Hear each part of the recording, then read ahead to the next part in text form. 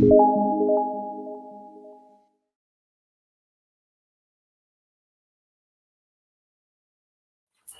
boa tarde.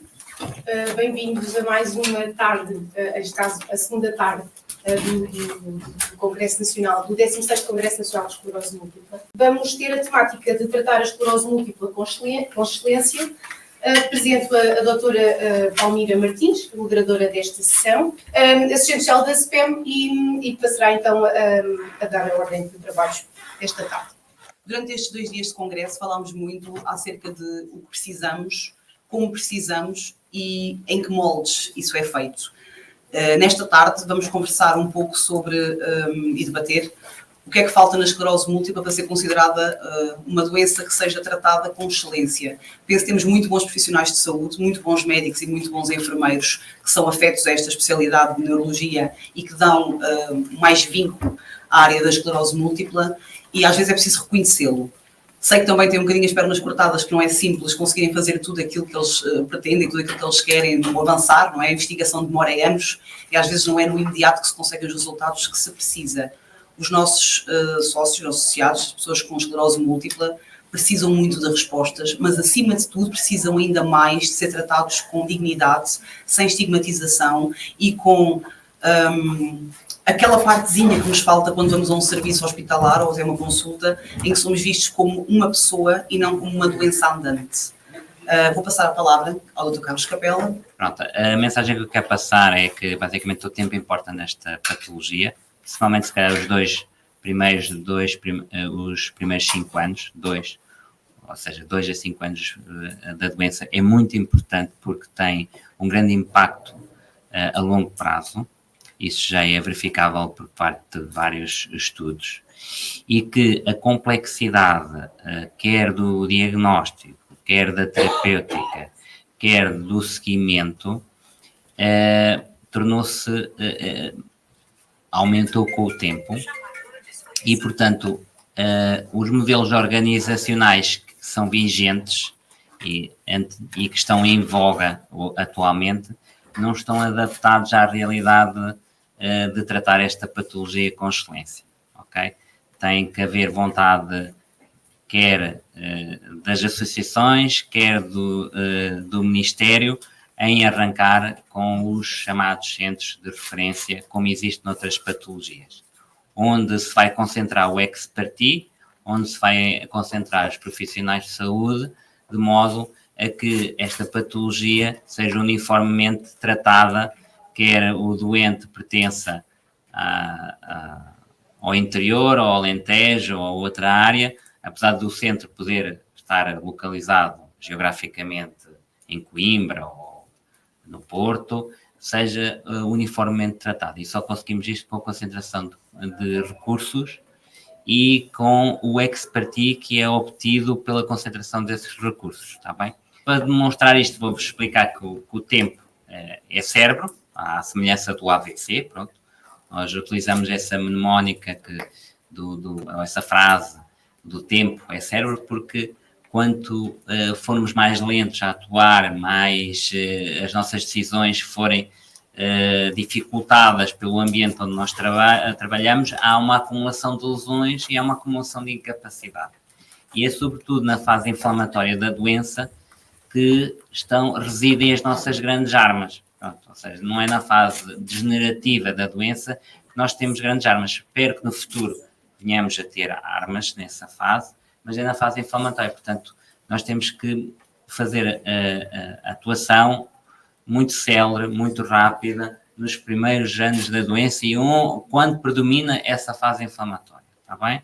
Há várias estratégias de tratamento e houve uma grande evolução terapêutica e, portanto, não é num centro ou numa consulta de esclerose múltipla com 50 doentes, que no máximo têm 50 doentes, que vão com 15 fármacos ou com 20 fármacos vão ter experiência, com 50 doentes não vão ter experiência nos fármacos. Portanto, daí mais relevante que tem que se concentrar recursos e tem que se criar realmente os centros de referência. Não é?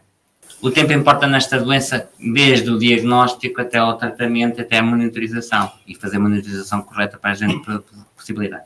Isto é um artigo muito conhecido da saúde cerebral, da health, brain health, de um professor britânico muito conhecido, que é o Gavin Giovannoni, e basicamente o que ele demonstra é que existe vários aspectos onde pode haver demora nesta dificuldade de obter o diagnóstico, e isto também é importante a gente melhorar, e portanto os modelos organizacionais como estão feitos também dificulta este tipo de rapidez de aceder aos super especialistas nesta área, de modo a fazer-se um diagnóstico rápido. Portanto, estão a ver que pode demorar quase um ano, desde os primeiros sintomas até ao diagnóstico. Pronto, claro que isto veio a diminuir ao longo do tempo,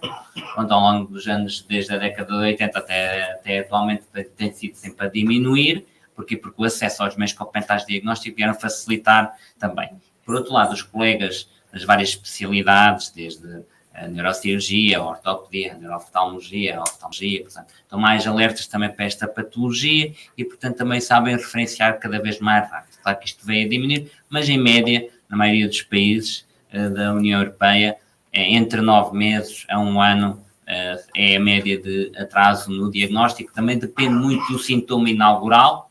Se for um sintoma sensitivo, é sempre mais difícil levar ao diagnóstico. Se for um sintoma motor ou um sintoma visual, é mais rápido o diagnóstico, está bem? Portanto, e depois há aquelas formas menos, que não têm os surtos, não é? Que não é típico pelos surtos, são as formas progressivas que só quando a pessoa tem muita incapacidade da doença, portanto a doença já lá há vários anos, é que leva ao diagnóstico, está bem? Portanto, há aqui depois vários fatores. Claro que isto, se for concentrado e se houver os fluxos, os circuitos estiverem bem oleados, claramente aqui o diagnóstico é acelerado rapidamente.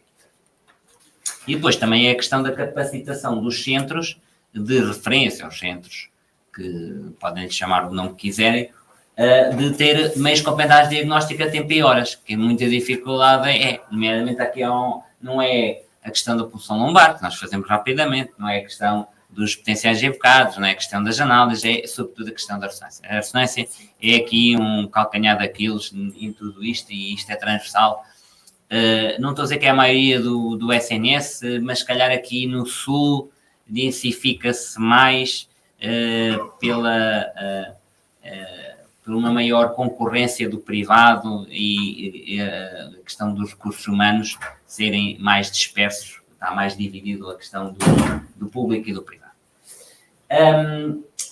E pronto, aquilo que eu vos queria demonstrar é que depois do diagnóstico, a nossa decisão em intervir também tem um grande impacto. Se eu intervir muito cedo na doença, como vos disse, a doença tem um componente inicial muito inflamatório na grande maioria da doença, estamos a falar na surto-remissão, né, a forma mais comum, tem esse componente inflamatório muito inicial e depois começa, com a duração da doença, começa a ter o componente da inflamação crónica ou o componente degenerativo.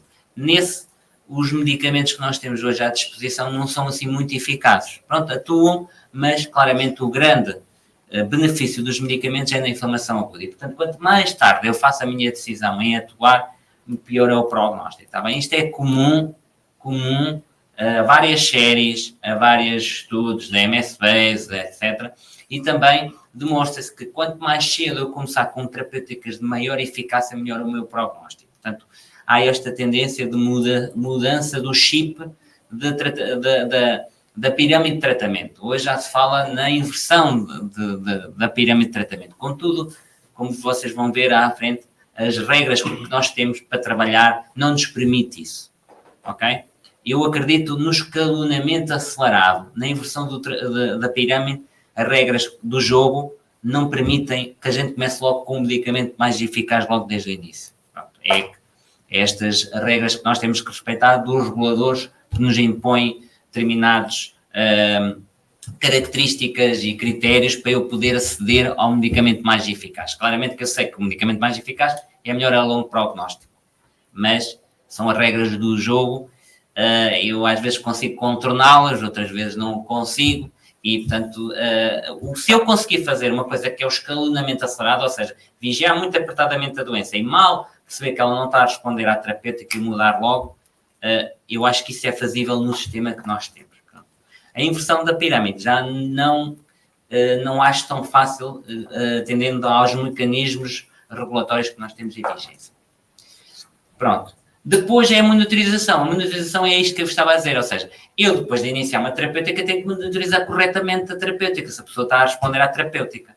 Portanto, aqui há recomendações. Se eu nem as recomendações eu consigo fazer, e aqui a monitorização implica muito a ressonância, claro, a ressonância é fundamental. Se eu nem isso consigo fazer, pelo menos quando eu inicio um medicamento, devo fazer uma ressonância pelo menos aos 6 meses e depois já a 1 ano, se não consigo nem fazer a ressonância dos 6 meses, quiçá a ressonância de 1 ano, eu logo estou a impactar um aspecto muito importante que é a monitorização, que tem impacto naquele aspecto que eu vos disse, que é o escalonamento acelerado, ou seja, eu perceber que o medicamento não está a funcionar e mudar rapidamente para um medicamento mais eficaz, dando uma maior tranquilidade e um maior controle da doença. Portanto, logo aqui também está outro aspecto, ou seja, diagnóstico, intervenção e monitorização. São assim os três grandes pilares que dificultam e têm um grande impacto no tempo e no impacto a longo prazo. Pronto.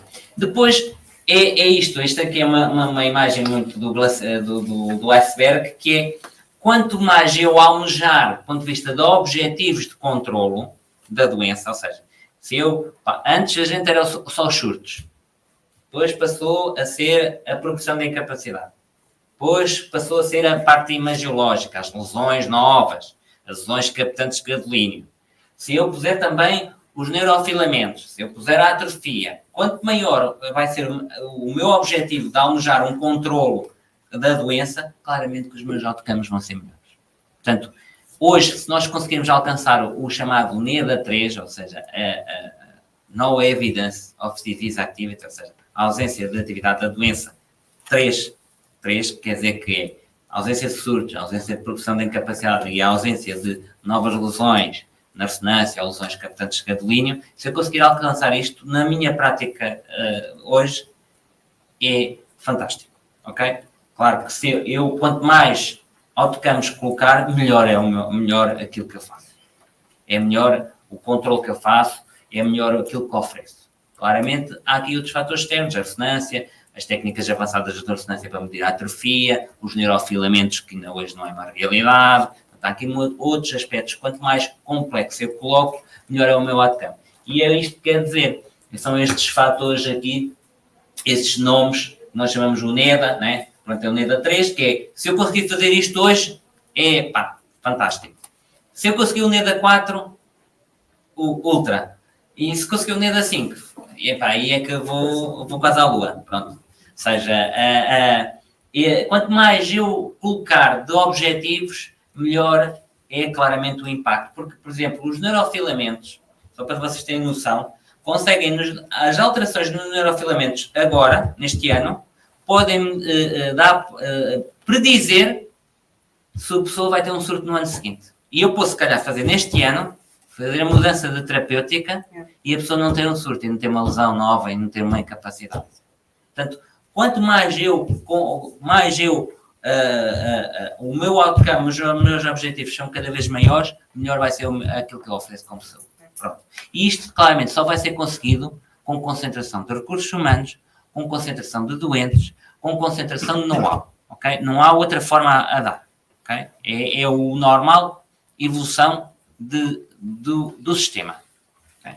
E enquanto tivemos com modelos organizacionais de há 2 décadas, isto não vai dar o salto. Pronto, aquilo que vos queria dizer é que existe a estratégia convencional, que era aquilo que nós fazíamos, que era o doente tinha atividade clínica e imagiológica, só quando tinha os dois, é que nós dávamos um medicamento a seguir. Depois há a estratégia acelerada, que eu vou monitorizando o doente muito apertadamente e vejo se o doente tiver apenas uma das atividades, ou seja, se tiver atividade imagiológica, eu mudo logo. Okay? Não preciso ter atividade clínica e imagiológica. Okay? Mudo logo. E depois esta estratégia de cima para baixo, que é que eu começar logo com um medicamento que me dá uma certeza de resultar em 90% dos doentes. São os de elevada eficácia. Portanto, se eu começar com um medicamento um anticorpo monoclonal, eu sei que em quase a maioria dos doentes aquilo vai funcionar fantasticamente. Portanto, mas só que as regras do jogo não me permitem o acesso aos anticorpos monoclonais tão facilmente. Portanto, esta estratégia é mais difícil de eu implementar no mundo de hoje. Claro que com dados a longo prazo, se calhar com isto, torna-se com os reguladores mais fácil negociar, quando também quem representa o ambiente são super especialistas, já são completamente dedicados, não fazem AVC, não fazem demências, não fazem Parkinson, quer dizer, estão completamente dedicados a isto e é isto que tem que acontecer. Pronto, e depois, é assim, nós, claramente, o que nós hoje temos só é a terapêutica anti-inflamatória, só atuamos na inflamação. O que eu gostaria que no futuro acontecesse é uma terapêutica combinada, de acordo com a fase da doença. Eu dar um neuroprotetor, dar um remielinizante, dar um neurorestaurativo. Imagina, num surto, a pessoa tem um surto, eu dar um remielinizante à pessoa para além do anti-inflamatório. Okay? Um anti-inflamatório, corticoide, eu dou um remielinizante para ajudar a remielinizar ou a proteger os neurónios para não morrerem. Nas fases depois do surto, eu se calhar adiciono um neurorestaurativo, ou seja, restaurar aquilo que se perdeu. Portanto, isto vai ser o futuro. Não há medicamentos nas outras. Tá? Espero que no futuro haja. E acho que vai ser o caminho normal de... é como na hipertensão ou noutras doenças, que é adicionar fármacos de acordo com o objetivo e de acordo com o mecanismo que eles atuam. Não é? Depois, é só para vos dar aqui um bocadinho o que é o modelo organizativo. O modelo organizativo é um modelo ultrapassado, completamente ultrapassado. Vocês veem que existem 2 níveis de organização das consultas de esclerose múltipla. Temos as consultas de esclerose múltipla, podem ter até 50 doentes por ano, ok? Até 50 doentes por ano, chamam-se consultas de esclerose múltipla, e a partir de 50 por ano não define um número, não é? Não define um número, mais 50, são centros de tratamento, ok? Pronto, e depois estão definidos o que é que tem que haver com critérios fundamentais para existir um centro de tratamento, quais são as competências dos centros de tratamento, e as consultas é tudo o resto, então, que não cumpre com estes critérios. Não é? Pronto. Isto é o que está publicado, são os centros de tratamento reconhecidos pela DGS e as consultas de neurologia. Portanto, consultas de neurologia até 50 doentes por ano e os centros de tratamento a partir de 50 doentes por ano. Portanto, tenha 51... já é. Portanto, é para verem o ridículo que isto cai, ainda mais no mundo atual. Então, depois, aquilo que vos quer dizer é que estão a ver a complexidade de fármacos.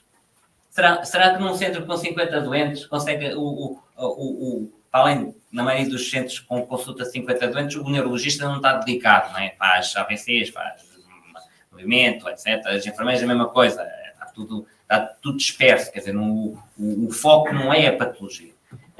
Tem muitas outras patologias em torno. Será que nestes centros, com tanta terapêutica, se consegue ter mão na terapêutica, se conseguem fazer planos de mitigação, consegue-se perceber...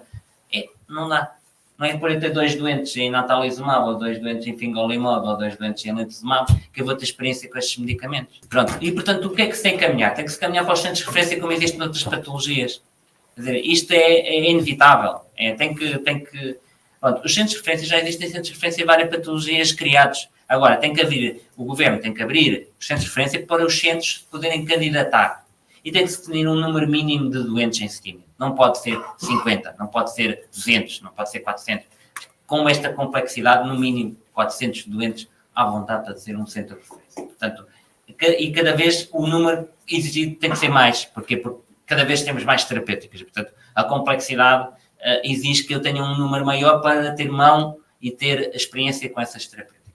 Já não falando das outras componentes que eu vos falei, da monitorização, do diagnóstico, etc. Estamos a falar só na intervenção, não é? E, portanto, existem vários centros de tratamento, centros de referência já criados, reconhecidos pelo Ministério da Saúde, e no caso da neurologia existem 2. Existem criados a epilepsia refratária e a doença dos pezinhos, a paramiloidose familiar. Portanto, já existe, ou seja, isto não é uma novidade na neurologia. Portanto, a falta é de vontade. E, portanto, aqui as associações de doentes têm que ser muito criteriosos e têm que motivar a mesma criação disto. Centros de referência, não centros de referenciação. Ok? houve aí um think tank onde foi os centros de referência. Praticamente isso é uma mudança do nome dos centros de tratamento. O que se quer mesmo centros de referência, está bem? Portanto, para mim, é um normal, isto é a minha opinião, para mim isto é a normal evolução de uma área com terapêutica, com cada vez mais terapêutica, com cada vez mais complexidade, do ponto de vista até de monitorização. Então, ver uma apresentação desta do Dr. Carlos Capela dá-nos assim uma esperança mesmo. Eu falo como doente, venho aqui em representação também e agradeço o convite e, primeiro que tudo, boa tarde a todos. É um prazer estar aqui também a dar um bocadinho um pouco do meu testemunho e a minha visão desta questão como paciente. Porque perceber que o tempo é importante é muito valorizador para nós como doentes. Dando a minha experiência pessoal, eu tive um diagnóstico muito tardio e sei que sou alvo de uma abordagem algo conservadora por parte dos serviços de neurologia. Isto era uma das questões que eu trago, é que estes centros de referência poderiam ser o futuro para um tratamento equitativo para todas as pessoas, porque o que nós verificamos é que de norte a sul do país todos nós estamos sujeitos a regras diferentes, a abordagens diferentes, a terapêuticas diferentes. Falámos há pouco que as orientações terapêuticas para a esclerose múltipla datam de 2015, que estão desajustadas para todas estas novas terapêuticas. A atualização que o Dr. Carlos Capela apresenta, que são muitas terapêuticas novas desde essa data. Não sei enumerar quantos, não estou dentro dessa área, mas o que verificamos é que o acesso não é igual. Não só nas juntas médicas, como também já falámos, que dependentemente do sítio onde vamos, a abordagem dos médicos é diferente, mas na neurologia, na esclerose múltipla é muito diferente e nós como pacientes gostávamos de ter algum consenso também da parte dos profissionais de saúde e das entidades reguladoras também nos ajudassem. Nós como pacientes, eu penso que nós estamos mais do que disponíveis para colaborar, para dar os nossos pareceres e tudo o que nós pudermos para ajudar no processo, para que todos, estimamos cerca de 8.300 a nível nacional, não somos muitos. Aí sim a importância dos centros de referência acho que será muito, muito importante, porque só assim é que os próprios profissionais médicos estão dentro do que devem fazer e estarem em consenso uns com os outros. É também um apelo que nós fazemos e que eu faço em representação das pessoas com esclerose múltipla, é que nós queremos ter todos os mesmos direitos e o mesmo acesso ao que puder ser vantajoso para nós, porque o tempo é cérebro e nós geralmente somos diagnosticados numa fase jovem na nossa vida, em que nós temos os nossos planos para o nosso futuro e temos que pôr a nossa vida numa prateleira, muitas vezes. Eu fui diagnosticada quando o meu filho tinha 1 ano, foi uma fase muito complicada da minha vida e eu sei que fui diagnosticada muito tardiamente, tanto que eu tenho o meu diagnóstico há 5 e tenho pelo menos 10 anos de doença.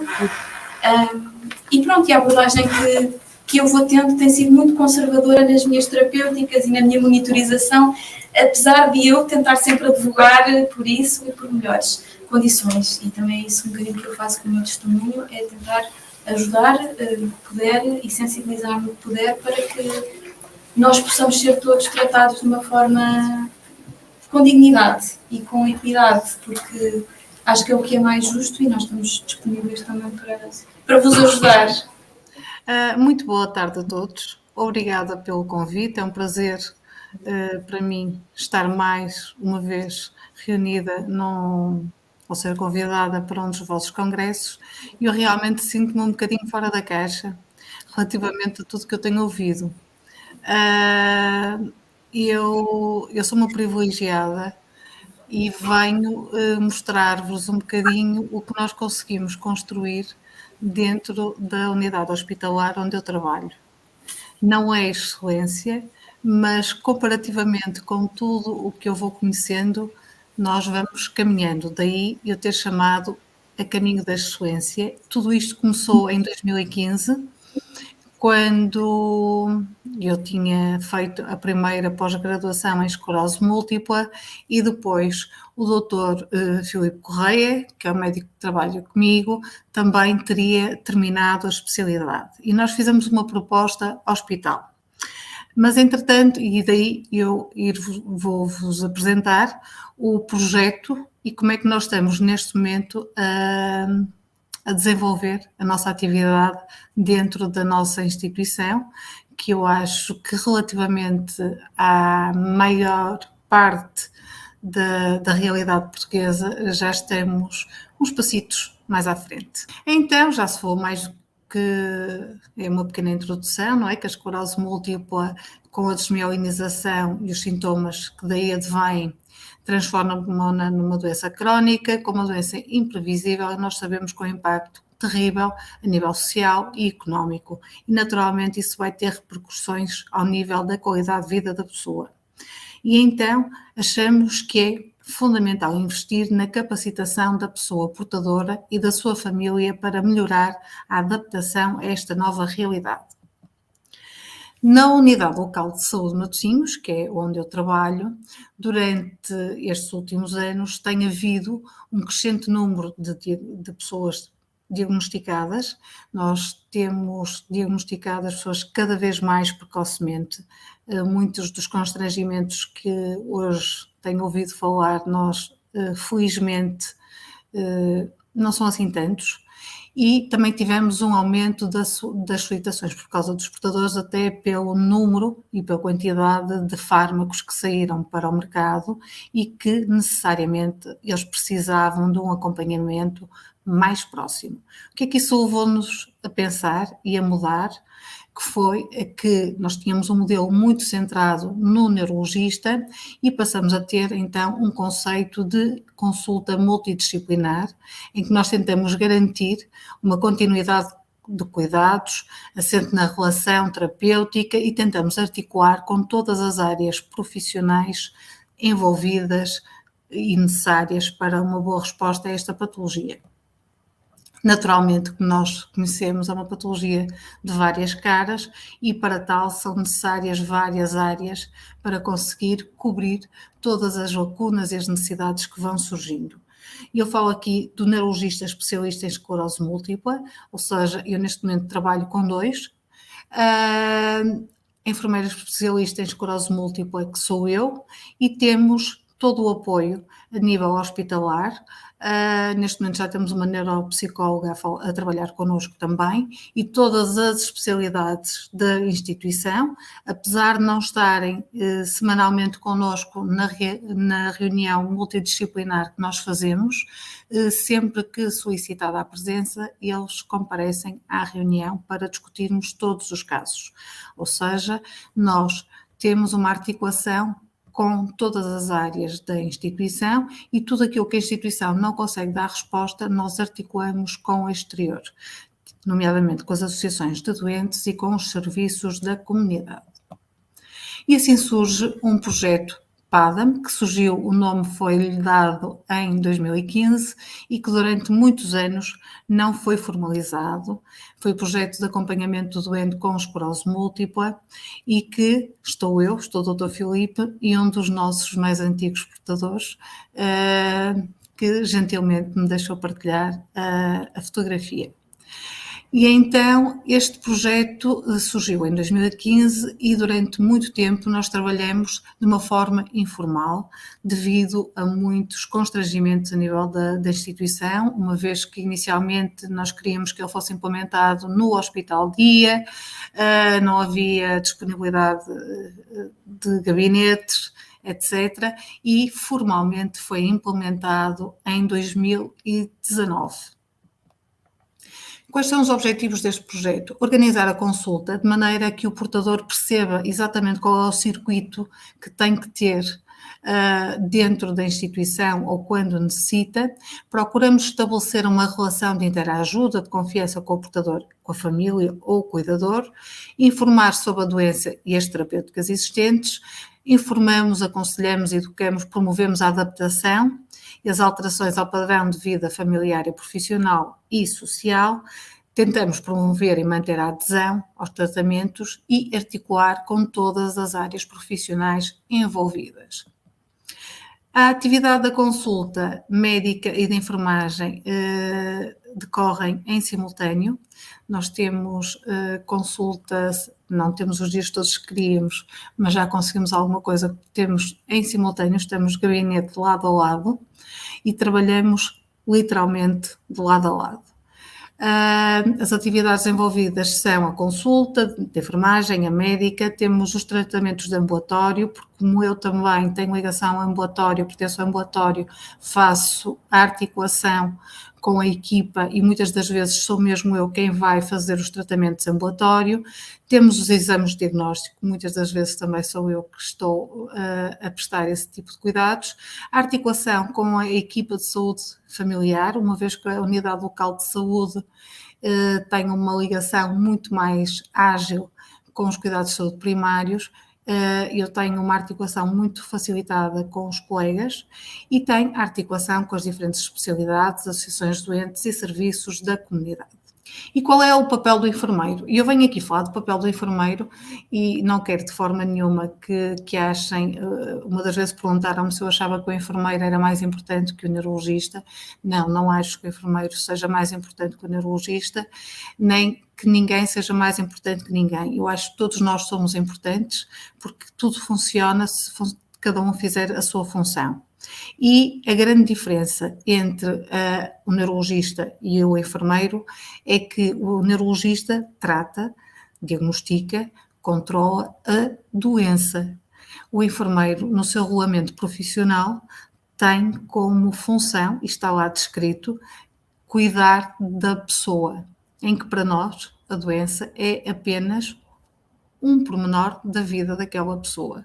Nós temos que contextualizar toda a realidade e compete-nos a nós, muitas das vezes, isto também está lá definido, esta articulação com muitas das áreas, nomeadamente com a parte dos cuidados de saúde primários, com a articulação com os serviços da comunidade e até com o serviço social. E então a enfermagem tem papel de destaque na gestão do projeto de saúde, uma vez que nós vamos tentar perceber qual é o real impacto deste diagnóstico na vida daquela pessoa e vamos tentar também criar estratégias de forma a que haja uma melhor integração desta nova realidade na sua vida. Vamos também promover e controlar a adesão ao regime terapêutico e monitorizar, controlar os efeitos adversos, ensinar estratégias para os minimizar. Basicamente, nós vamos tratar a pessoa num todo. A relação terapêutica naturalmente contribui para darmos uma resposta muito mais direcionada, dar resposta mesmo às exigências reais, de forma que haja uma prevenção de surtos e as alterações do curso natural da doença, diminuindo desta forma a progressão, procurando desta forma diminuir a progressão da incapacidade. E nos últimos anos tem surgido um empenho muito grande por parte dos enfermeiros que se dedicam a esta área em se formarem. É necessário que haja especialização. Ninguém consegue saber de tudo. Nós somos de base enfermeiros generalistas e também temos que aprender. É uma patologia com características muito particulares, são pessoas, todas as pessoas são diferentes e nós temos que aprender também e fazermos uma prática baseada na evidência científica e por isso as pessoas cada vez mais têm investido na parte da atualização dos conhecimentos para que possamos planear a prestação de cuidados, consigamos articular as diferentes áreas e procurar dar realmente a resposta mais adequada para aquela pessoa em concreto. A equipa multidisciplinar, o acompanhamento de uma forma multidisciplinar em continuidade, nós sabemos que naturalmente vai prevenir ou vai atrasar exacerbações e complicações da doença e naturalmente que vamos ter um impacto na qualidade de vida do portador e assim também, e como também os custos associados para o Serviço Nacional de Saúde e Portugal é sem dúvida um país com profissionais de excelência no acompanhamento da pessoa portadora de esclerose múltipla com equipas cada vez mais diversificadas e com competências que lhes permitem proporcionar cuidados de qualidade em tempo útil. Em notas finais e em conclusão, Na Unidade Local de Saúde Matosinhos, nós temos um grande compromisso, quer ao nível dos cuidados de saúde primários, quer ao nível dos cuidados de saúde hospitalares, em garantir a assistência e acompanhamento à pessoa portadora de esclerose múltipla. A consulta de esclerose múltipla é multidisciplinar. Temos planeado, e infelizmente alguns desses programas foram adiados devido à pandemia, programas de formação, quer para os profissionais das diferentes áreas, a nível hospitalar e a nível dos cuidados de saúde primários, e também desenvolvemos frequentemente sessões educacionais para a pessoa portadora e os seus cuidadores, e procuramos sempre envolver as associações de doentes e os recursos da comunidade. Eu tenho noção que o facto de ser uma unidade local de saúde me facilita esta abordagem, mas nem sempre foram rosas, nem sempre foi fácil, e este percurso não tem sido tão rápido quanto nós queríamos, não é? Nós começamos com isto em 2015 e só em 2019 é que conseguimos concretizar a formalização, mas tudo o que conseguimos tem sido realizado com passos firmes e sustentáveis a caminho da excelência. Tenho noção que nem todos, em todos os contextos, isto seja muito fácil, mas acredito que vale a pena continuar a fazer o percurso e que naturalmente terá um impacto ao nível da saúde da população com esclerose múltipla, e também, naturalmente, vamos ter ganhos em saúde. E termino com uma das sessões que nós realizamos, com fotos, com a parceria da SPEM, em que foi uma sessão ao ar livre com fisioterapeuta e com uma nutricionista para os nossos portadores. Muito obrigada pela atenção e estou à disposição para qualquer questão. Só para que tenha noção, Teresa, todos queríamos isso, mas era a quadriplicar, a quintuplicar e por aí fora. Era mesmo essa situação. Eu acredito que sim, mas também é o que eu digo, isto consegue-se com muita motivação por parte dos profissionais, tem havido muita dedicação da minha parte, da parte do Dr. Filipe Correia, e isto tem sido passinho a passinho. Eu já começo a entrar naquela situação de cada bocadinho, já me contento cada grãozinho que me dão. Naturalmente estamos longe ainda de conseguir aquilo que queríamos, mas acredito, comparativamente com a realidade que existe a nível nacional, que nós já conseguimos estar um bocadinho mais à frente e que realmente conseguimos ter um acompanhamento muito mais abrangente, mesmo sendo uma unidade local de saúde não tão grande como muitos hospitais em que tem todas as especialidades, mas conseguimos da mesma forma que nos deem a resposta em tempo útil e com alguma facilidade. Teresa, quantos doentes mais ou menos seguem? Nós neste momento estamos na ordem dos 250 em tratamento, ou seja, 250 em tratamento. Eu gostei muito dessa apresentação, só queria, e dentro da equipa multidisciplinar, só quero dizer que o enfermeiro para mim tem um grande, é a pessoa mais importante. E há que os doentes também de reconhecer isso, porque o modelo que eu defendo e o modelo que se calhar a Teresa também defende é o modelo do gestor de caso. Não sei se defende esse modelo, mas e há que haver esse reconhecimento. Porquê? Porque os médicos estão focados na doença, ok? Nós não estamos focados de forma holística. Não é? A nossa formação não é a mesma formação dos enfermeiros. Nós estamos focados apenas para a doença. Para o diagnóstico diferencial, quais são as doenças que podem dar a mesma coisa, e para o tratamento é nosso foco. Portanto, aqui nas equipas multidisciplinares, os enfermeiros, especialmente este modelo do gestor de caso, são fundamentais. E há que vocês também reconhecer isso, dar esse poder aos enfermeiros, respeitarem os circuitos que estão instalados, que isto é muito importante, está bem? Porque senão, para o trabalho em equipa multidisciplinar, depois já não há esse respeito e as pessoas podem também sentir-se que não pertencem a uma equipa. Está bem? E, portanto, peço aqui o apoio da associação nesse aspecto e parabéns ao vosso trabalho realizado aí em Matosinhos, e vocês cumprem com os critérios, se calhar, para ser um centro de... Nós estamos a tentar. Se me permitem, eu realmente concordo com o que me diz, e eu noto que eu estou na consulta formalmente há 2 anos e os próprios portadores me dizem que neste momento percebem qual é a importância do enfermeiro na consulta, porque nós conseguimos estar os dois a fazer consultas em simultâneo e eu consigo detectar coisas que ele não se apercebeu e muitas vezes me diz, por exemplo, enfermeira, como é que foi possível que a pessoa tivesse estado aqui tanto tempo e esteve 5 minutos consigo e conseguiu-se aperceber dessa falha, dessa dificuldade. E eu acho que pela facilidade e pela proximidade que nós temos, que também ajuda um bocadinho a que as pessoas se sintam um bocadinho mais à vontade. E o facto das pessoas perceberem que hoje em dia as pessoas também podem ser competentes. Eu não quero de forma alguma ser médica, eu gosto muito do que faço. E o facto de haver um respeito dentro da equipa, nós discutimos semanalmente todos os casos.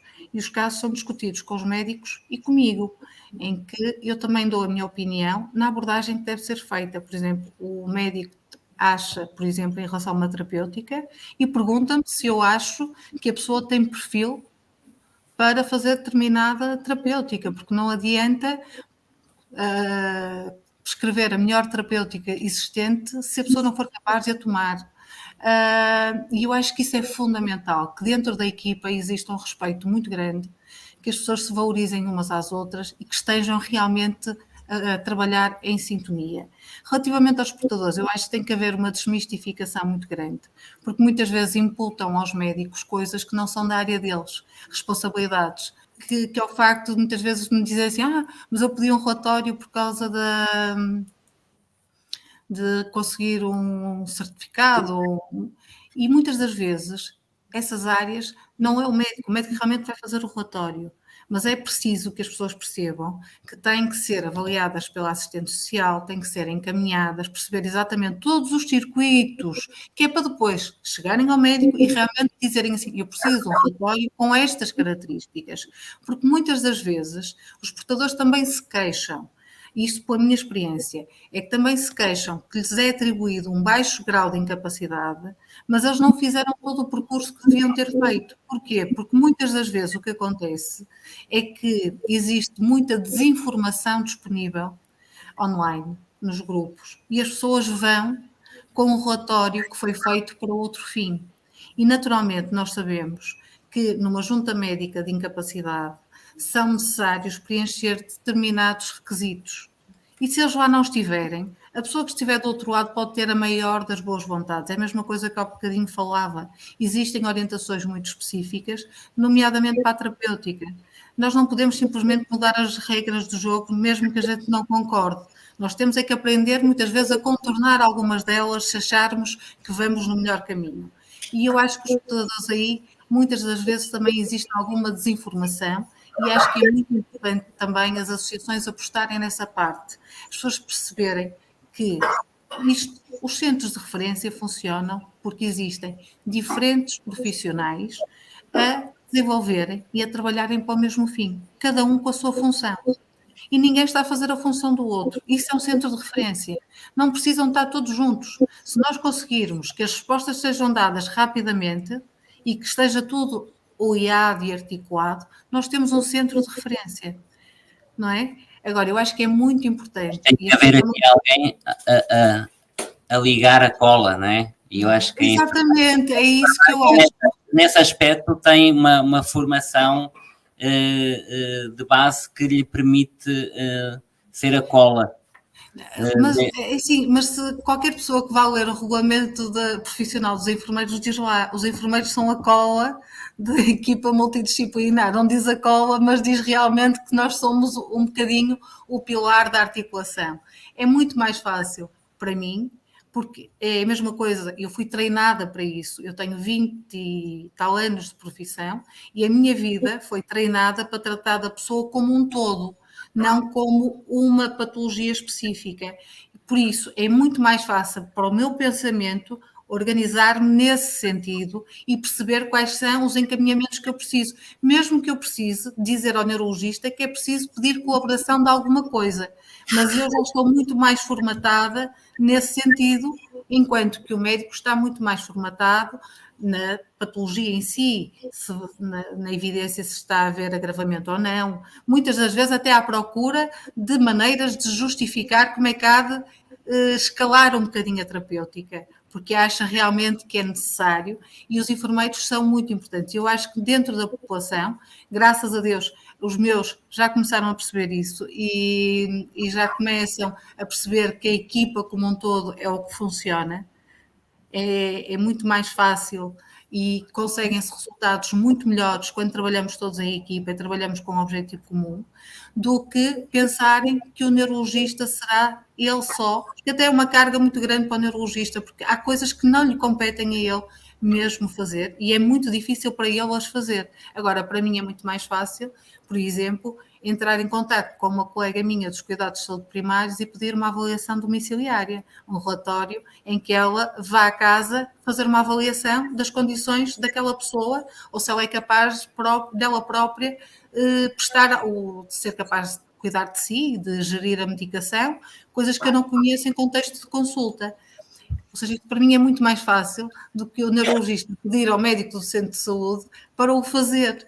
Por isso, existe a estrutura, eu acho que este modelo de equipa multidisciplinar, em que nós trabalhamos todos e aquele que estiver mais direcionado e mais capacitado para aquela questão, aquela dificuldade, ser essa pessoa a dar a resposta, independentemente de ser quem seja, o importante é o objetivo final, que é que tenham a melhor qualidade de vida possível, o melhor tratamento possível e que acumulem o menor de lesões e incapacidade possível. Esse é o objetivo final e eu acho que sim, que nós temos é que trabalhar todos em conjunto e eu estou muito orgulhosa do trabalho que tenho feito e eu e a equipa com quem eu trabalho, porque são pessoas excepcionais e que sem eles também não era uma pessoa sozinha, é o que eu digo, que sem equipa não funcionava, e eu trabalho com 2 neurologistas excepcionais e que aceitam perfeitamente a intervenção do enfermeiro e nós funcionamos realmente como uma equipa. Nós temos conhecimento que a DGS vai fazer uma reavaliação do modelo de centro de referência e a indicação é que vão diminuir. E, portanto, a pergunta é como é que nós, associações de doentes, e não só de esclerose múltipla, nos temos que preparar, quais são as perguntas que nós temos que fazer para garantir que centro de referência, um centro de referência a nível nacional, 2 centros de referência a nível nacional existam para a esclerose múltipla. Essa é a primeira questão. A segunda é como é que vê a articulação de, por exemplo, e vou dar um exemplo apenas, um doente de Braga ser, por exemplo, atendido em Lisboa ou no Porto pelo super especialista e haver um neurologista no Hospital da Guarda que, não sendo super especialista, é neurologista e que possa fazer um acompanhamento de proximidade, tendo em conta que está em videochamada, por exemplo, com o super especialista na Guarda.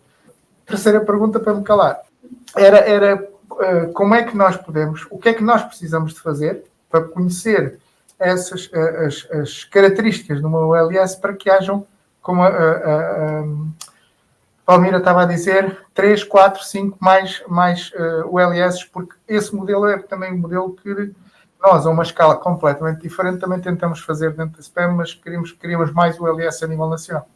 Muito obrigado. Obrigada. Antes de passar a mais esclarecimentos, o Sr. Alexandre tem as suas dúvidas e depois respondemos a todas as perguntas.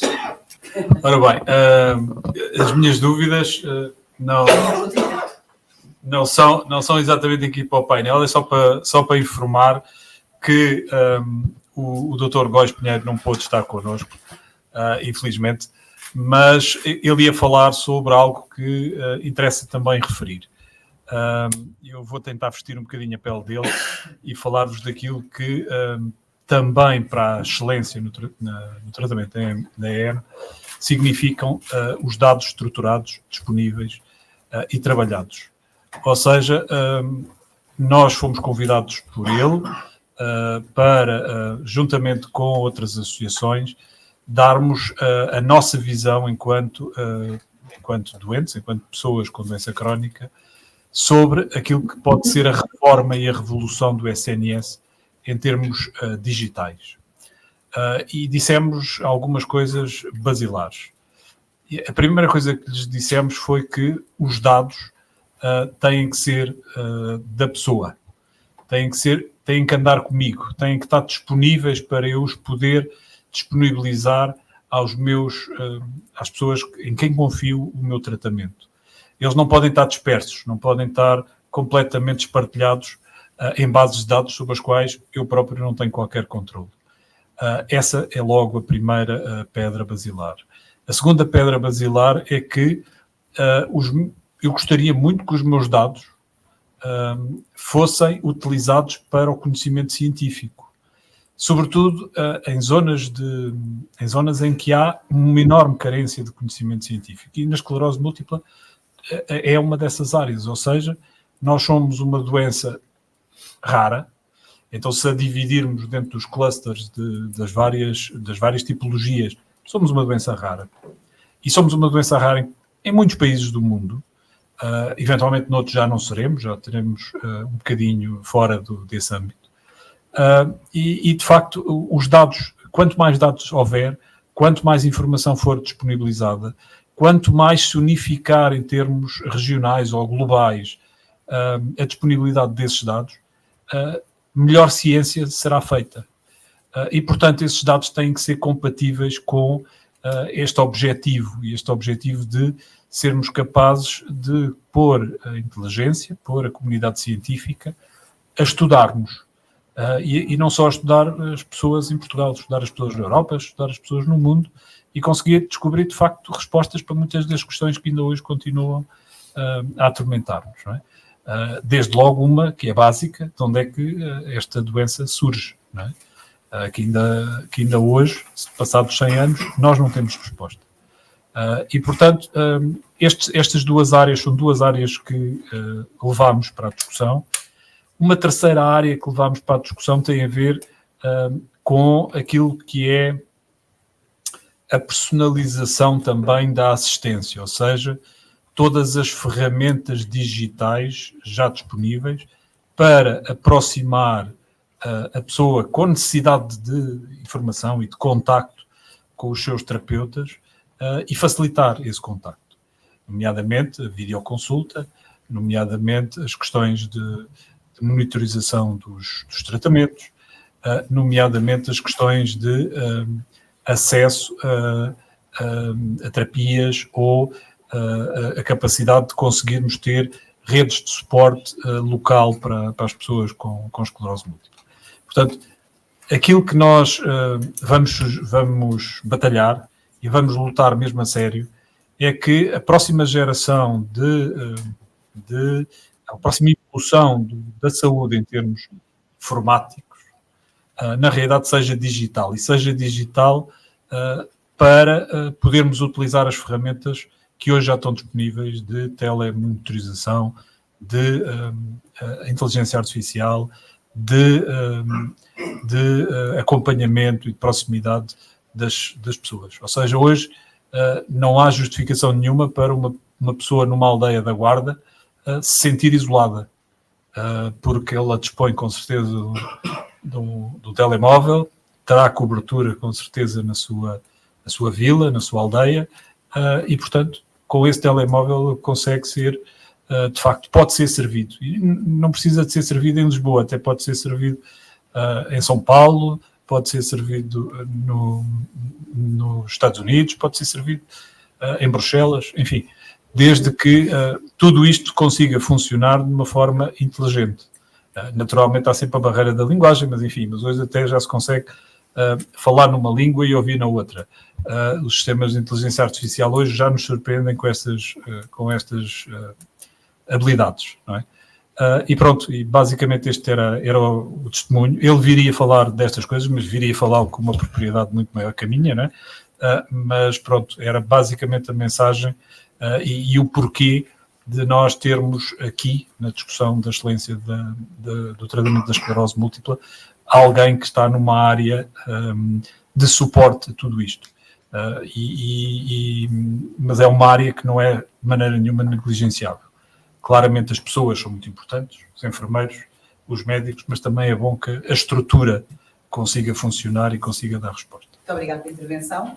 Carlos Capela, força. Bem, eu não é querer estar aqui, mas os exemplos que deste são sistemas privados, ou seja, guidance pelos seguros, e portanto às vezes não são bons exemplos. Eu quero o Bruxelas, quero o brasileiro, quero o americano, pronto, todos esses foste a escolher os teus casos, não é por questão de, eu percebo a tua ideia, mas também às vezes sabes que os sistemas que são utilizados, os objetivos são diferentes, não é? Um sistema cujo objetivo é o lucro, é diferente de um que não é esse o objetivo de ter lucro. Portanto, às vezes, as pressões para se tratar é diferente, está bem? Não, eu percebi a tua ideia, mas tu foste arranjar 3 exemplos logo, pimba, de sistemas de saúde que não são assim dos melhores do mundo. Aliás, o brasileiro e o americano não são. Bem, agora, devolvendo ao Paulo as perguntas. É assim, o que tu estás a falar é um sistema, ou seja, o número de centros de referência, primeiro temos que ver se vamos construir algo de novo ou vamos aproveitar aquilo que existe. Pronto. Logo aí tu vais ter uma grande limitação, que é a limitação física e de recursos humanos que existe. Ou tu crias algo novo e centralizas, pronto, e aí tens capacidade de construir um mega centro fantásticos, com todos aqueles profissionais de saúde para trabalhar em equipa multidisciplinar, e se calhar precisas 2, quiçá. É? E depois tem a ver com as competências que tu doas a esses centros de referência, nomeadamente a interligação com os hospitais onde estão neurologistas, generalistas, e que tratam este tipo de doença, mas cujo plano e cujo guidance é orientada pelo centro de referência. Okay? Este modelo já existe, é um modelo francês. Nós não estamos a inventar nada da roda. A roda está inventada há muito tempo e, portanto, existem já estes modelos. Agora, o número, isso vai ser depender do que é que tu vais construir ou sobre o que é que tu vais construir. Ou querias algo separado, de raiz, e aí é mais fácil definir quantos é que precisas, ou então, se utilizares as estruturas, aí vais ter que ver a parte física de estrutura, porque os hospitais estão no meio das cidades, a maioria, ou estão no meio não sei onde, e não há capacidade, só se calhar de construir para cima, talvez. Pronto. E portanto há essa limitação. Agora, acho que é fazível, acho que é normal evolução do sistema, mas tem que haver vontade de todos os intervenientes. De mudar, de estar o doente no centro e não o hospital no centro ou o serviço no centro. Não, é o doente. Nós temos que, é o doente que está a estar no centro. E, portanto, ao estar o doente no centro, estas coisas de eu ser dos capuchos, a enfermeira Teresa ser Matosinhos, etc. Não. Essas coisas não devem importar para a criação disso. Ok? Lá deve-se reunir o expertise. Se eu tiver aqui trabalhar para Matosinhos, vou trabalhar para Matosinhos. É muito bem-vindo. Pronto, vou trabalhar para Matosinhos. Entendem? Agora, tem que ser definido os locais e definidas as condições e as competências que os centros tiverem. E tem que ser em torno do doente e não nestas coisas hospitalocêntrico ou serviço-cêntrico.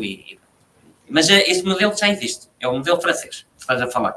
É assim que funciona. É o centro de referência que vai editar qual é o plano, qual é o modo de atuação. Depois há terapêuticas que não se consegue fazer lá no outro hospital mais pequenino e, portanto, aí o doente vai ter que se dirigir ao centro de referência, de acordo também com o escalonamento, de acordo com a complexidade da terapêutica.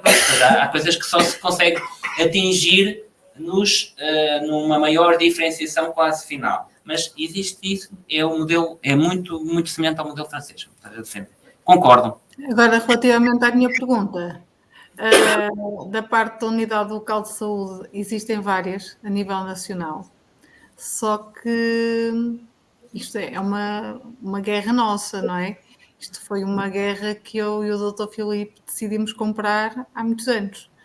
Naturalmente tem que haver profissionais motivados. Acho que as próprias administrações muitas das vezes têm que perceber qual é o impacto que tem o facto de disponibilizarem profissionais só para prestarem este tipo de serviços, porque muitas das vezes pensa-se no imediato, no facto de ter menos um enfermeiro ou ter menos um neurologista a fazer N coisas e ter direcionado para algo, mas também eles esquecem-se que o facto de nós termos ou de estarmos completamente dedicados a estas áreas impedimos muitos internamentos, muitas idas às urgências, muitas situações de agravamento, conseguimos identificá-las muito mais precocemente e que se vão naturalmente refletir até no tipo de abordagem terapêutica, porque nós sabemos que à medida que vamos subindo o nível de eficácia, os custos são associados também, não é? O aumento dos custos está diretamente associado às dependências também, e eu acho que infelizmente ainda existe uma pouca sensibilização das administrações nesse sentido, e que também compete às associações de doentes, compete-nos a nós profissionais que gostamos desta área, trabalharmos nesse sentido. O LIS existem várias, naturalmente que em grandes centros como Lisboa, eu acredito que seja muito difícil dar resposta, e até porque eu sei que neste momento estão com muita falta de profissionais de saúde, mas não podemos desistir, e é o que eu digo, eu vou-me contentando, cada migalhinha que me dão, eu dou-me por contente, não tento pedir o céu de uma vez, e vamos tentando assim. Nós começamos, estamos à espera que nos deem mais dias para poder ficar e esperar que consigamos ficar realmente a tempo integral a fazer o atendimento à pessoa portadora e que realmente funcione em pleno como nós queremos. Agora, também as associações podem dar uma ajudinha, sensibilizando também essas direções que ao gastarem agora um bocadinho mais de dinheiro num profissional vão poupar imenso dinheiro a longo prazo. Outra coisa que queria acrescentar é, se forem chamados para a mesa de conversação, é a revisão também do preço compreensivo, porque o preço compreensivo que foi feito só tem terapêutica modificadora da doença da altura que foi feito, né? Porque não havia estes MAPs, estes anticorpos, estes medicamentos mais eficazes, nem a terapêutica sintomática. E a questão dos 9 contactos também que tem que ter com o hospital também devia ser reavaliado, porque o nosso objetivo é o doente estar controlado e precisar cada vez menos dos contactos hospitalares. Value-based. Como value-based. E deve ser ajustado à realidade atual e não à realidade de 2012, porque é com base nisso que muitas vezes depois há aqui uma questão de gestão por parte das administrações e que nos podem cortar um bocadinho, às vezes, o acesso à terapêutica. Portanto, o valor também tem que ser reavaliado e tem que ser ajustado para a realidade de hoje, ou então tem que ser atualizado com alguma periodicidade em relação à realidade da evolução científica, da evolução farmacológica, da evolução de monitorização, e, portanto, forem chamados, também é algo que vocês devem debater e fomentar um maior investimento ou um ajustamento à realidade atual da área. Tá bem? Porque isto em alguns locais pode ter algum impacto no acesso. Ok? No acesso.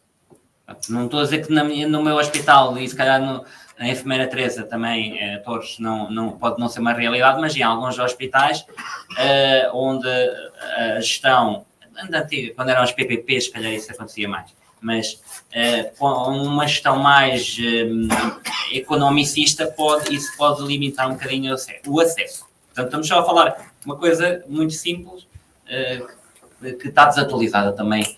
Estamos a falar de 2015 em relação ao algoritmo, estamos a falar de 2012 em relação ao preço compreensível, acho que é de 2012. Muito obrigado. A doutora Teresa Torres trabalha praticamente num de referência, não é? Agora é replicarmos isto para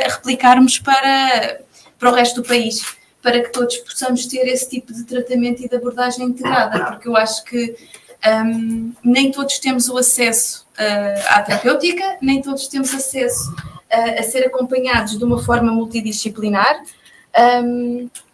porque nos hospitais nem sempre temos todos os técnicos que necessitamos, nem temos esse acompanhamento e monitorização que é crucial para nós e que não somos tratados todos da mesma forma. Umas pessoas se calhar são mais informadas e se calhar pedem mais ou procuram um bocadinho mais esse acompanhamento, outras se calhar, como a enfermeira Teresa disse, se calhar não sabem muito bem, não sabem como se movimentar, nem os procedimentos para chegar ou a um relatório ou a um médico, e se calhar precisam desse tipo de acompanhamento, e só havendo um centro integrado é que o poderão ter. Portanto, acho que o ideal seria, aqui, como a Palmira disse, replicar e termos isto presente no... Mas se calhar, desculpem lá estar a comentar, porque eu tenho que dar a minha ideia. Mas se calhar o ideal não é replicar. O ideal é fomentar, por exemplo, Matosinhos. Fazer crescer. Entende? Porque é difícil replicar no sistema. É mais fácil concentrar, ainda mais sendo uma patologia, como a Alexandra disse, pronto, está ali no limite da rara, dos 50 por 100 mil habitantes, pronto, está ali acima um bocadinho cá em Portugal, pronto, está, seja uma patologia rara. Porquê é que esta dispersão territorial? Porquê? Porque a dispersão faz com que depois o acesso seja diferente, as realidades locais sejam completamente diferentes. A Teresa disse uma realidade. Cá em Lisboa, a concorrência do privado drena recursos humanos ao Sistema Nacional de Saúde. Se calhar lá no Porto ou em Coimbra não é tanto assim, enquanto que aqui é um grande 50% dos concursos com mais concorrentes do que vagas ficam para preencher em Lisboa. E, portanto, logo aí as realidades locais são diferentes. E, portanto, o que nós temos que, em vez de ver esta coisa, é concentrar recursos, concentrar boas práticas. Matosinhos funciona bem, há que fomentar Matosinhos, fazê-lo crescer mais, dar uma boa... E depois ter estas coisas de coordenação e de que fazem parte das competências, que é coordenar-se com outros hospitais. Então lá um neurologista que faz, ou um enfermeiro que faz 1001 coisas, né? Está no hospital dia polivalente, em que faz hematologia, faz onco, faz não sei o quê, faz isto, faz aquilo, não sei o quê. Mas o plano é dirigido e é definido pelo centro de referência, ou o que lhe quiserem chamar, do ponto de vista de nome. Está bem? Mas eu não concordo. Não concordo. Não concordo com... Porque norte, centro e sul, talvez. Ao conhecer o sistema, eu acho que é difícil de replicar. Ao conhecer o sistema. Eu entendi o que a Filipa queria dizer. Eu sei, estou a entender. Mas eu quero que a minha ideia fique bem clara, porque vocês, como associações, podem ser chamados para a mesa de negociações e têm que dar uma ideia clara, muito clara, do ambiente. E eu acho que se Matosinhos funciona bem, há que apoiar, há que fomentar, há que fazer crescer, pronto, e é isso que tem. Eu agradeço imenso todas as ajudas, porque toda a pressão que existir para nós é boa, porque nos ajudam a atingir os nossos objetivos mais rapidamente, não é? Não andamos aqui grãozinho, mas realmente é o que eu digo, não é fácil. Nós sabemos que há muito dinheiro envolvido e isso dentro das instituições. Neste momento, dispensarem profissionais, pensarem que vão direcionar profissionais só para uma área, e mesmo na neurologia, vê-se isso, os neurologistas, não é? Que também acabam por ter que dar resposta às áreas todas, acabam muito por ser uma grande condicionante para nos libertarem o horário, para que realmente nos possamos dedicar de forma integral à pessoa portadora. Porque eu acho que ainda não conseguiram perceber isso, ou seja, como é uma doença rara, eu acho que ainda existe um grande desconhecimento, até a nível da população em geral, às vezes até dentro da população hospitalar, de realmente qual é o impacto desta patologia na vida da pessoa e até que ponto é que nós podemos intervir numa fase inicial. não é? Como dizia o Dr. Capela, nós sabemos perfeitamente que os primeiros anos são cruciais, não é? E que isso vai fazer toda a diferença, todos os estudos apontam nesse sentido, que vai fazer a diferença a longo prazo. E, naturalmente, se nós estivermos concentrados e direcionados para uma área e não para 1000 áreas em simultâneo, a nossa resposta, naturalmente, vai ser melhor. Obrigada, Teresa, pelo contributo. Obrigada a todos os palestrantes. Assim, no resumo, percebe-se que há muito a melhorar, há muito a fazer. A criação dos centros já sabemos que é fundamental. O diagnóstico recente, quanto mais recente for, fundamental. Criar estratégias e formas de intervir que sejam realmente direcionadas e não muito amplas, em que não são dali a nadar em especialistas, não é? Fazer isto de forma focalizada para aquilo. Ter um neurologista só focado na esclerose múltipla vai avançar anos-luz todo e qualquer tipo de tratamento que se possa encontrar. Já percebemos que isso é muito importante. Percebemos que temos que cada vez mais motivar, sensibilizar, dar a conhecer às pessoas o que é esclerose múltipla. Como a Teresa estava a dizer, sou enfermeira, peço desculpa, como a enfermeira Teresa estava a dizer e como a Filipa também já referiu, eu acho que temos muito o hábito, não sei se é de ser português ou se é geral, não nos toca a nós não conhecemos, nós não sabemos e não queremos ver. Isto acontece com a maior parte das pessoas. Só sabem o que é esclerose múltipla se a tiverem, ou se tiverem alguém de ligação direta, familiares, com ela. Isto funciona com muitas doenças e que a esclerose múltipla, como às vezes é uma que não é visível, a tal invisibilidade, ainda é pior. Porque não vemos uma pessoa na rua e não dizemos, olha, tem esclerose múltipla. Mas se vimos uma pessoa que está paraplégica, conseguimos associar e temos alguma noção. E a esclerose múltipla tem esta condicionante daí, não é? Não se vê, não existe e eu não quero saber. Só quando nos toca à porta é que realmente tomamos essa consciência e tomamos essa realidade como nossa, porque deve ser como nossa, nós não sabemos até ao final dos nossos dias o que é que nos pode acontecer. Podemos prevenir-nos e tratar-nos o melhor possível de forma saudável, mas ninguém me garante a mim que eu amanhã, para a semana ou daqui a um ano não possa vir a ser portadora de esclerose múltipla. E acho que é importante sensibilizar toda a gente, quantos mais melhor, para esse caso. Falámos muito pouco, pelo menos aqui nas nossas sessões paralelas, sobre a família, sobre os familiares, sobre os normais, sim. Posso só dizer uma coisinha, peço desculpa que agora tocou aí num ponto que eu acho fundamental, que é o facto, e eu acho que já tinha comentado com o Alexandre, peço desculpa estar a interromper, é mesmo que, por exemplo, eu numa das sessões que queria fazer, passava por fazer pequenas formações na escola básica. Eu propus-me a ir às escolas fazer pequenos ensinos aos meninos do que era a esclerose múltipla. Naturalmente que eu não ia com imagens catastróficas, teria que ser tipo uma banda desenhada, uma coisa muito adequada à idade.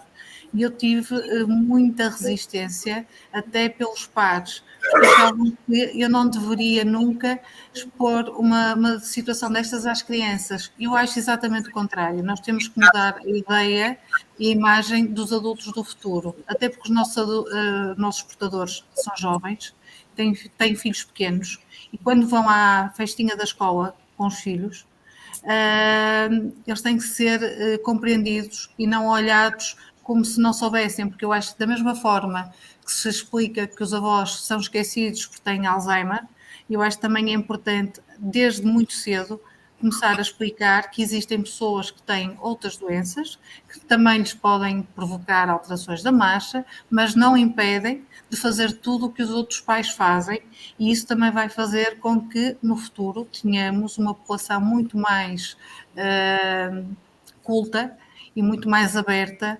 a este tipo de patologias e não haja tanto esse meter a cabeça debaixo da areia e fingir que não existe. Peço desculpa a interrupção, mas eu acho que é fundamental a parte de começarmos a educar as crianças e a esclarecer desde muito novas. Eu sei que é um bocadinho controverso, porque dizem que são muito novas, mas eu acho que existem maneiras de abordarmos os assuntos sem serem de uma forma muito catastrófica e explicarmos simplesmente que existem doenças em que as pessoas vivem bem, mas que podem ter algumas alterações e que os pais dos amigos são iguais aos pais deles, na mesma. Eu acho que isso era extremamente importante. Peço desculpa a interrupção do resumo. Acho que tem toda a razão, eu acho que a mesa concorda comigo. Temos mesmo que o fazer. Eu sou mãe de uma menina de 10 anos, Vou dar um exemplo. A minha filha, se tiver que lidar com uma pessoa com cadeira de rodas, com um idoso acamado, ela sabe tudo isso e para ela não é estranho. É a vida a acontecer. É ela a cuidar, a saber fazer.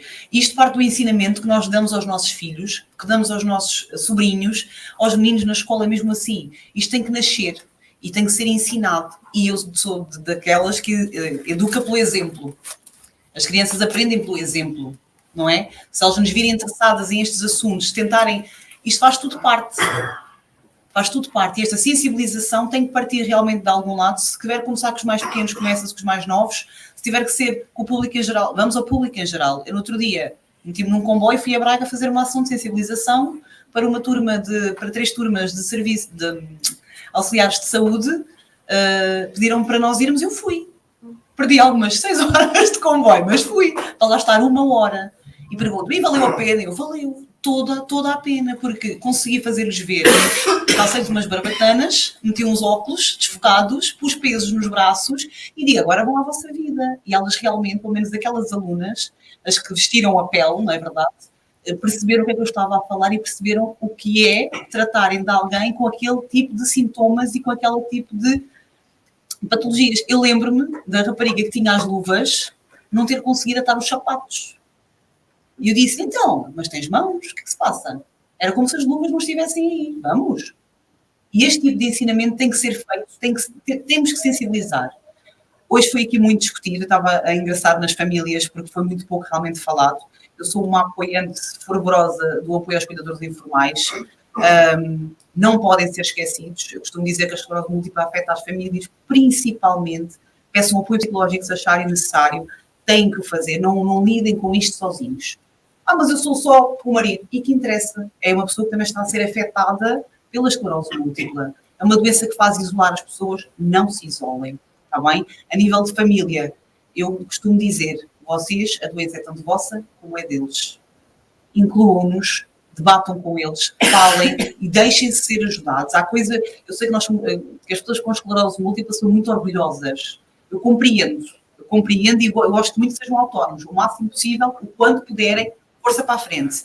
Mas se precisarem de ajuda, peçam-na, porque se vocês caírem, se partirem uma perna, o trabalho de quem é que vai ter todo? É a pessoa que vive com vocês.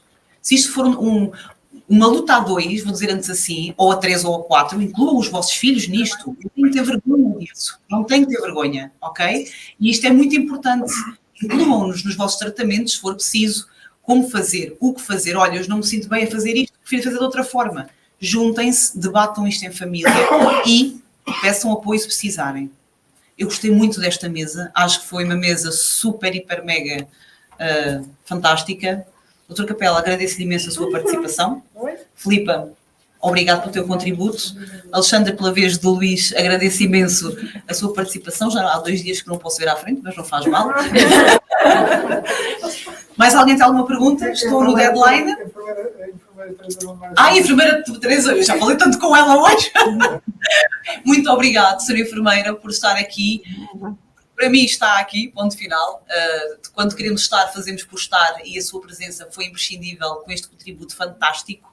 Acho que os bons exemplos são para ser divulgados e são para ser apoiados e estimulados para um crescimento forte, sustentado e real. Porque, acima de tudo, queremos muito que a sua realidade seja a nossa realidade e que faça sentido para todo o país. A abertura de centros de referência é muito importante.